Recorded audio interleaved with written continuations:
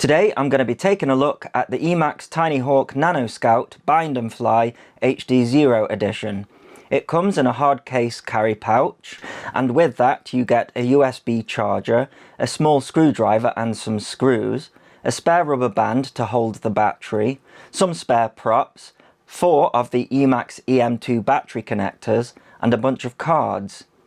The quad comes with a single 320 mAh 1S battery, and for the price of this I wish it came with more batteries, especially as it's using Emax's bespoke EM2 connector, which limits you to buying more batteries from Emax or soldering up your own, which I don't recommend.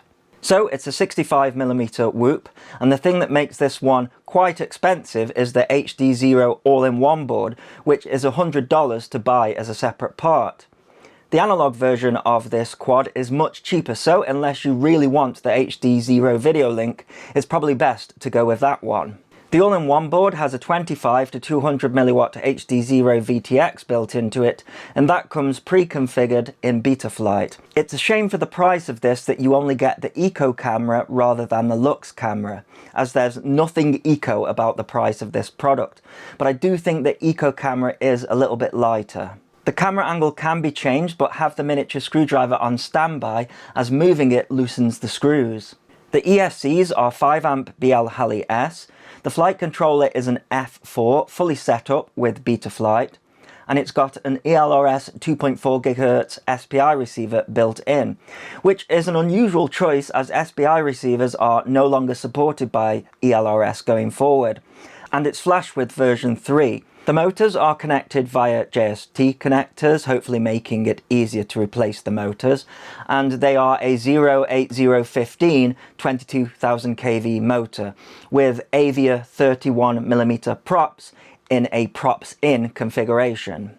It weighs around 23.5 grams, and with the 320 mAh battery it's around 32.5 grams.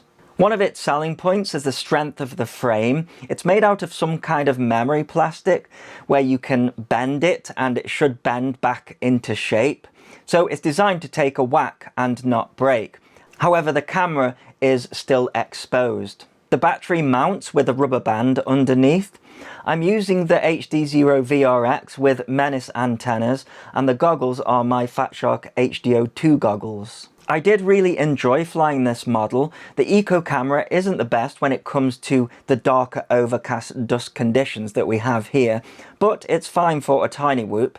It was really windy for this flight, around 25 mph winds, and while there is ample power for a tiny whoop, if you put it into a steep dive, there's a few wobbles on the recovery.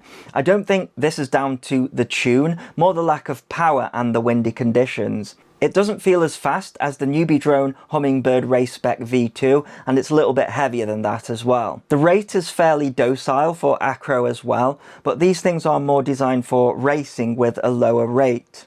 It's hard to see in the DVR, but there is a tiny amount of jello sometimes on the throttle, but the motors sound really smooth, so I think it's maybe just down to the size of the model. I did have to move some of the on-screen display elements closer to the center, and that's because the Runcam HDZERO Eco camera is actually a 4:3 aspect ratio camera, but it's been set up in Betaflight as 16:9, so when I switched to 4:3 mode on my HDZERO VRX, some of the on-screen display elements were getting cut off. I'm not sure if it's because I'm using the HDZERO VRX instead of the goggles, but it is something that I had to do.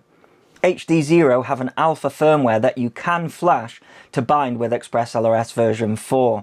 So with this all-in-one board you are relying on HDZERO keeping the ELRS version updated, and of course you will have to reapply the Emax settings on Betaflight on top of that. The range of HDZERO is fairly decent. It's about the same as Ascent. Again, fine for a tiny whoop, but it isn't going to win any distance records. I did find it challenging changing the HDZERO channels and VTX power by the Betaflight on-screen display. The board would quickly overheat and not save the settings, so that took a few tries. The flight time on this 320 mAh battery is about 3 minutes at a push.